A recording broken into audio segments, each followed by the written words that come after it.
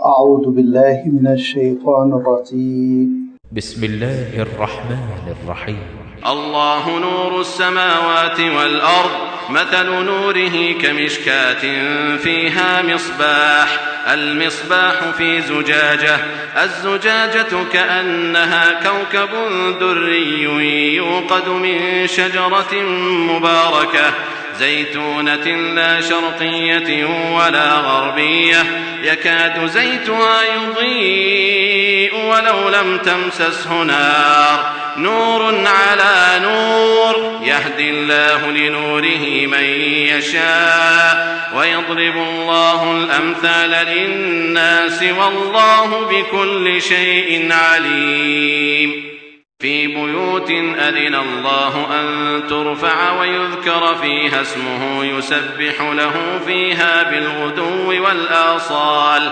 رجال لا تلهيهم تجارة ولا بيع عن ذكر الله وإقام الصلاة وإيتاء الزكاة يخافون يوما تتقلب فيه القلوب والأبصار ليجزيهم الله أحسن ما عملوا ويزيدهم من فضله والله يرزق من يشاء بغير حساب والذين كفروا أعمالهم كسراب بقيعة يحسبه الظمآن ماء حتى إذا جاءه لم يجده شيئا ووجد الله عنده فوفاه حسابه والله سريع الحساب أو كظلمات في بحر لج يغشاه موج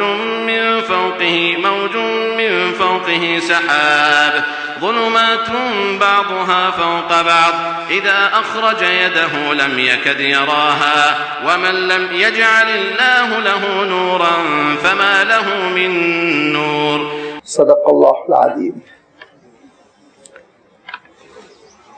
الحمد لله رب العالمين والصلاة والسلام على سيد المرسلين وعلى آله وأصحابه أجمعين أما بعد. سورۃ النور کا یہ 5واں رکوع ہے جس کے بھی آپ کے سامنے تلاوت کی گئی.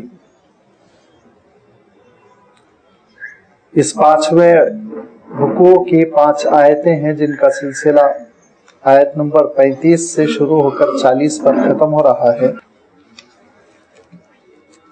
اور ان جملہ 5 آیتوں میں اللہ تعالیٰ نے ایک نور کا تذکرہ فرمایا جس نور کی بنیاد پر اس سورت کو سورۃ النور کے نام سے موسوم کیا گیا ہے.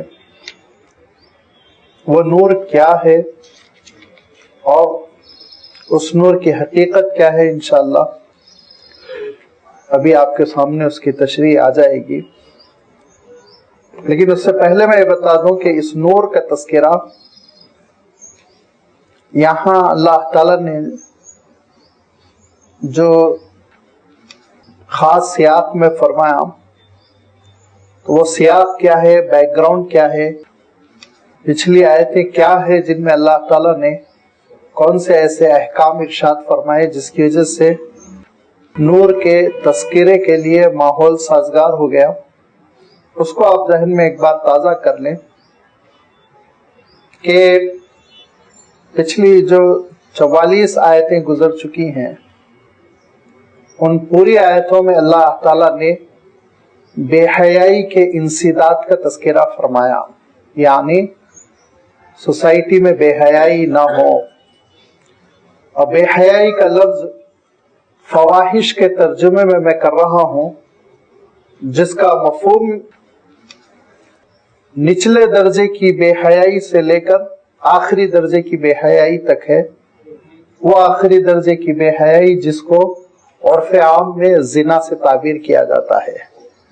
اللہ تعالیٰ نے اسی پر حد بندی کرتے ہوئے ارشاد فرمایا کہ اگر یہ گناہ کرتے ہوئے کوئی مرد کوئی عورت پائی جائے گی تو اس کو 100 کوڑے لگائے جائیں گے.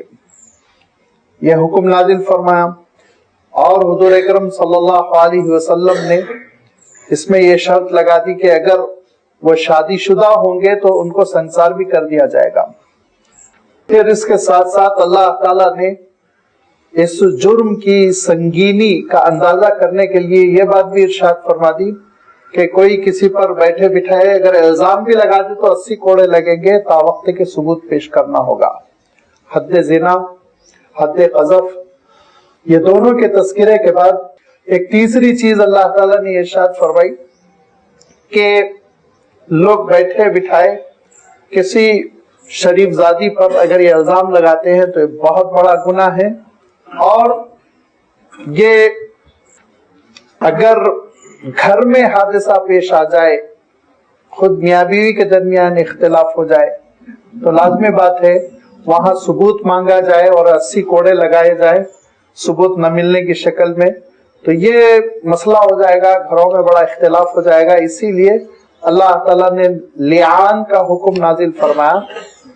لعان جس کے معنی یہ ہوتے ہیں کہ مرد سے بھی قسمیں لی جائیں گی 4 مرتبہ، 5ویں مرتبہ سخت لب و لہجے میں وہ کہے گا کہ اگر میں جھوٹا ہوں تو مجھ پہ اللہ کی لعنت، اور عورت سے بھی قسمیں لی جائیں گی 4 مرتبہ، 5ویں مرتبہ وہ یہ کہے گی کہ اگر مرد سچ بول رہا ہے تو مجھ پہ اللہ کا غضب، اور اس طرح سے میاں بیوی کو الگ کر دیا جائے گا۔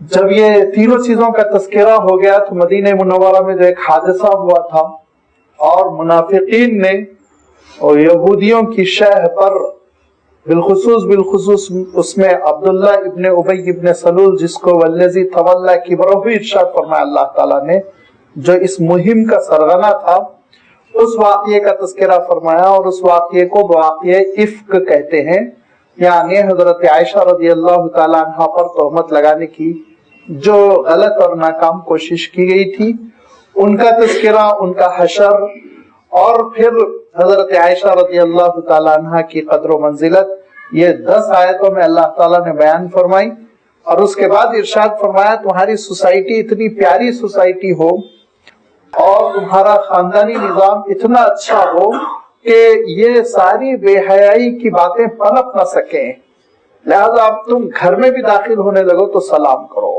اجنبی کے گھر میں داخل ہو تو اس وقت تک داخل نہ ہو جب تک کہ تم کو اجازت نہ مل جائے، اور اگر اجازت نہ ملے تو واپس ہو جاؤ، یہ نہیں زبردستی داخل ہو کر چھوڑو۔ یاد رکھو واپس ہونے میں تمہارے لیے عافیت ہے، سلامتی ہے، وَأَزْكَىٰ لَكُمْ، یہ تمہارے لیے بہتر ہے۔ پھر یہ بھی ارشاد فرمایا کہ اس کے ساتھ ساتھ اس بات کی کوشش کرو کہ تمہارے درمیان غیر شادی شدہ قسم کے لوگ نہ رہیں، چاہے وہ بیوہ کیوں نہ ہو، مطلقہ کیوں نہ ہو، وہ نوجوان جو شادی کے محتاج ہیں، سب کے نکاح کے انتظامات کرو۔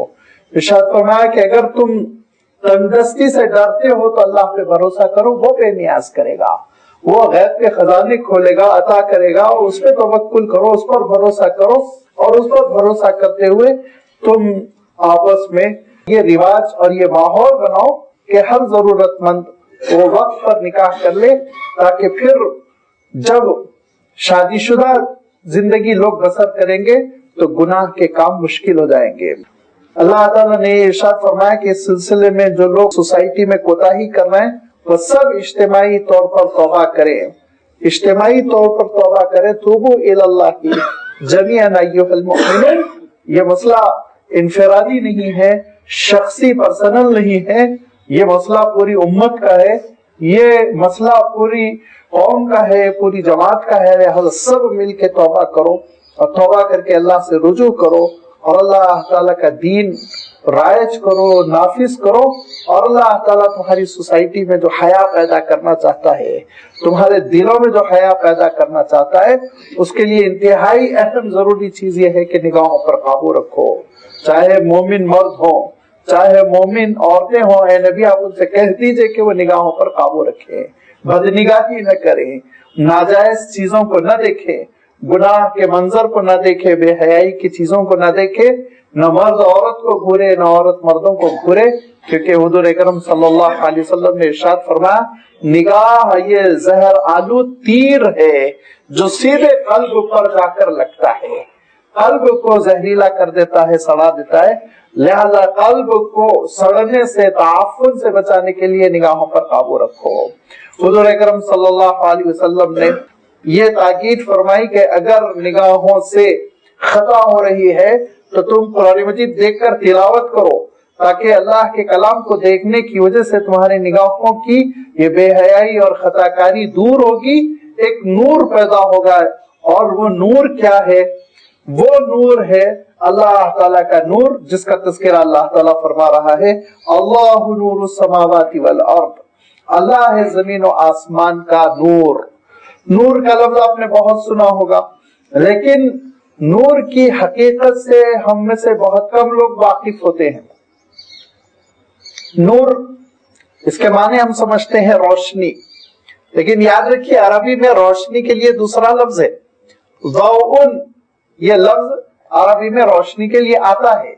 نور جو ہے وہ روشنی سے بہت بلند چیز ہے۔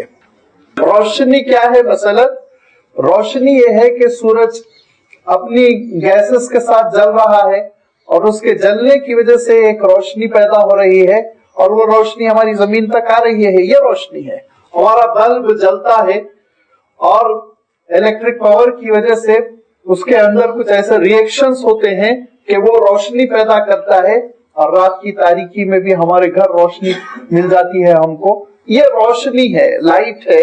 اس کو ضوء، ضیاء کہتے ہیں عربی میں، دونوں لفظ آتے ہیں، لیکن نور اس سے ہٹ کر ہے۔ یاد رکھیے نور کی حقیقت یہ ہے کہ نور کی جو تشریح عربی میں کی گئی وہ یہ کہ ایک ایسی چیز جس کے ذریعے سے اشیاء نظر آئے۔ بہت بڑے ایک لنگوسٹک ہے جو قرآن مجید کے الفاظ کی تشریح کرتے ہیں، ان کی بہت مشہور قرآنی الفاظ کی ڈکشنری ہے، المفردات لالفاظ القرآن، راغب الاصفہانی ان کا نام ہے، بڑی اتھینٹک ان کی ڈکشنری ہے۔ اس میں انہوں نے نور کی تشریح کرتے ہوئے لکھا الشیء الذی یظہر بہ الاشیاء، وہ چیز جو چیزوں کو ظاہر کرتی ہو، اور انہوں نے لکھا کہ یدرک بالابصار، جو ہماری نگاہوں کو دیکھنے کے قابل بناتی ہے، یہ نور ہے، یہ نور ہے۔ اس کی حقیقت کو سمجھنا ہو تو اس کی وضاحت کرتے ہوئے یہ لکھا گیا کہ دیکھیے نور وہ ہے الظاہر لنفسہ، جو اپنے آپ میں ظاہر ہے، والمظہر لغیرہ، اور دوسروں کو وہ ظاہر کر دیتا ہے۔ نور ایک ایسی حقیقت کا نام ہے جس میں تمازت نہیں ہوتی، گرمی نہیں ہوتی۔ روشنی میں گرمی ہوتی، یاد رکھیے، آپ چھوٹا سا چراغ کیوں نہ جلا دیں گرمی ہوگی، بلب آپ کیوں نہ جلا دیں اس میں تمازت ہوگی، اور سورج کی روشنی میں کتنی تمازت ہے، کتنی گرمی ہے، اس کا تو آپ مشاہدہ کرتے ہی رہتے ہیں۔ نور میں عربی کے اعتبار سے نور اس روشنی کو کہا جائے گا جس میں تمازت نہیں ہوتی۔ اسی لیے اللہ تعالیٰ نے قرآن پاک میں ایک جگہ چاند کو بھی نور فرمایا، کیونکہ چاند میں گرمی نہیں ہوتی، ریفلیکٹڈ اس کی ایسی روشنی ہے کہ وہ بڑی دھیمی دھیمی اور ٹھنڈی ٹھنڈی سی ہوتی ہے۔ یہ ہے نور کی ایک حقیقت۔ دوسرے یہ کہ روشنی جو ہے وہ ایک ری ایکشن کا نام ہے۔ کوئی چیز جلتی ہے تو اس کے جلنے کی وجہ سے جو تاثر ہوتا ہے اس سے روشنی پھیلتی ہے۔ جہاں بھی روشنی ہے آپ دیکھیں گے کہ کچھ چیز جل رہی ہے، اور جلنے کے بعد سے اس کی روشنی بکھرتی ہے، شعاعیں پھیلتی ہیں۔ کبھی کبھی یہ الگ بات ہے کہ وہ جلنے والی چیز اس طرح کی ہوتی ہے کہ جلدی کم ہے، روشنی زیادہ دیتی ہے۔ کبھی کبھی ایسا ہوتا ہے کہ آگ زیادہ ہوتی ہے، روشنی کم ہوتی ہے۔ جب آگ زیادہ ہوتی ہے، روشنی کم ہوتی ہے، تو اس کو عربی میں نارن کہتے ہیں، اور جب روشنی زیادہ ہوتی ہے اور آگ کم ہوتی ہے تو اس کو عربی میں ضیاء کہتے ہیں۔ یہ روشنی کی خصوصیت ہے، لیکن نور کسی ری ایکشن کا نام نہیں ہے۔ نور اپنی ذات میں ایک شے ہے، نور کسی ریفلیکشن کا نام نہیں ہے، نور اپنی ذات میں ایک چیز ہے یہ۔ اور دوسرے یہ کہ نور چونکہ دوسروں کو ظاہر کرتا ہے اور دوسری اشیاء کو دیکھنے کے قابل بناتا ہے، تو اس کا جو سب سے بڑا فرق روشنی سے ہے وہ یہ کہ روشنی دیکھنے کے لیے آنکھوں کی بینائی چاہیے، نور کے لیے آنکھوں کی بینائی نہیں چاہیے۔ نابینا ہو کر بھی اس کے اندر یہ صلاحیت ہو سکتی ہے کہ وہ اسلام کے نور کو دیکھ سکے، سمجھ سکے، ہدایت کے نور کو دیکھ سکے، سمجھ سکے۔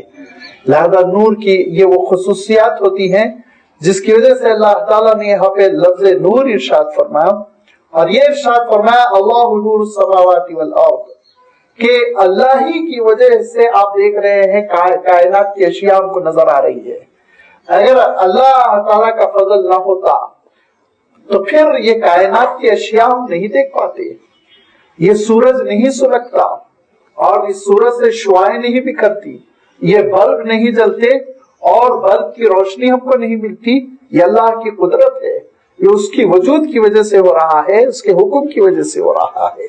لہذا اللہ تعالیٰ ارشاد فرماتا ہے اللہ نور السماوات والارض۔ اس حقیقت کو سمجھنا ہو تو آپ سورۃ الزمر انشاءاللہ وہ آیتیں آئیں گی، اس میں آپ دیکھیں گے کہ اللہ تعالیٰ نے ارشاد فرمایا کہ یہ کائنات ختم کر دی جائے گی، سورج کو بجھا دیا جائے گا۔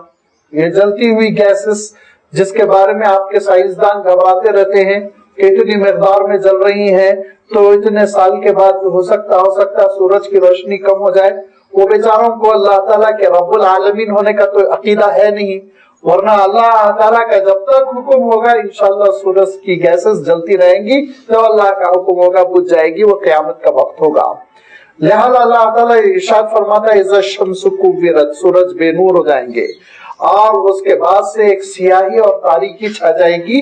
تو اب آپ سوچئے دیکھنے کے قابل کوئی چیز رہ جائے گی؟ کوئی چیز دیکھنے کے قابل نہیں رہ جائے گی۔ اب سورج بجھ چکے ہیں تو اب لازمی بات ہے دنیا میں تو انقلاب آ چکا ہے، ایک زلزلہ، سب برباد ویران، اور میدان حشر، اور میدان حشر میں جب لوگ کھڑے ہوئے ہوں گے تو ایک تاریکی ہوگی اور کچھ بھی نہیں دیکھ سکے گا انسان، تو کیا ہوگا؟ وَأَشْرَقَتِ الْأَرْضُ بِنُورِ رَبِّهَا، حشر کی سرزمین کو اللہ تعالیٰ اپنے نور سے روشن کرے گا۔ اللہ کے نور سے ہم دیکھنے کے قابل بنیں گے میدان حشر میں۔ اللہ تعالیٰ یہ صلاحیت دے گا کہ پھر ہم اشیاء کو دیکھ سکیں۔ اب اللہ تعالیٰ جب صلاحیت دے گا تو ایک بہت بڑا فرق آ جائے گا۔ اللہ تعالیٰ نے دنیا میں ہم کو دیکھنے کی جو صلاحیت دی وہ بالواسطہ، انڈائریکٹلی، کہ اللہ تعالیٰ نے دنیا میں سلگنے اور چمکنے والی چیزیں پیدا کی، جس میں سورج بھی ہے، جس میں چاند بھی ہے، ستارے بھی ہیں، جس میں ہماری یہ شمع ہیں، جس میں ہمارے چراغ ہے، جس میں ہماری لائٹیں ہیں۔ یہ ہے انڈائریکٹلی چیزیں جو روشن ہوتی ہیں تو ہم ان سے اشیاء کو دیکھتے ہیں۔ یہ چیزیں اگر روشن نہ ہو تو ہم کچھ نہیں دیکھ سکیں گے۔ لہذا ہم جب انڈائریکٹلی کسی چیز کو دیکھتے ہیں تو اس کے دیکھنے میں، اور جب ڈائریکٹ اللہ کے نور سے چیزوں کو دیکھیں گے تو اس کے دیکھنے میں بہت بڑا فرق ہو جائے گا۔ لہذا آخرت میں جو ہم اشیاء کو دیکھیں گے تو ان کی حقیقت کو دیکھیں گے، اور دنیا میں ہم جو اشیاء کو دیکھتے ہیں وہ ہم ان کی حقیقت کو نہیں، ان کے ہم ظاہر کو دیکھتے ہیں۔ اب آپ دیکھیں گے کپڑا خریدنے جائیے، کوئی چیز خریدنے جائیے، کلر دن کی روشنی میں کچھ اور نظر آتا ہے، لیکن رات میں ٹیوب لائٹ کی روشنی میں ذرا سا الگ مختلف ہو جاتا ہے۔ تو معلوم یہ ہوا کہ روشنی کے بدلنے سے چیزوں کے دیکھنے میں فرق آتا ہے۔ تو ذرا آپ اندازہ کر لیجئے کہ وہ اشرقت الارض بنور ربها، جب نور رب سے کائنات منور ہو جائے گی تو اس میں ہم جو چیزوں کو دیکھیں گے کس طرح سے دیکھیں گے، کیسے ہم حقیقت تک پہنچ جائیں گے۔ لہذا اللہ تعالیٰ ارشاد فرماتا ہے کہ اللہ نور السماوات والارض، اللہ ہی ہے نور آسمانوں اور زمین کا، اور اس کے نور کو تم سمجھنے کی کوشش کرو تو پھر تم یوں سمجھ سکتے ہو کہ مثل نورہ کمشکات فیہا مصباح، یہ ارشاد فرمایا کہ اس کے نور کی مثال ایسی ہے جیسے کہ مشکات فیہا مصباح، ایک طاق ہے، بلند مقام پر ایک طاق ہے، اور اس طاق میں مصباح، ایک شمع رکھی ہوئی ہے، ایک چراغ رکھا ہوا ہے، ایک قندیل رکھی ہوئی ہے۔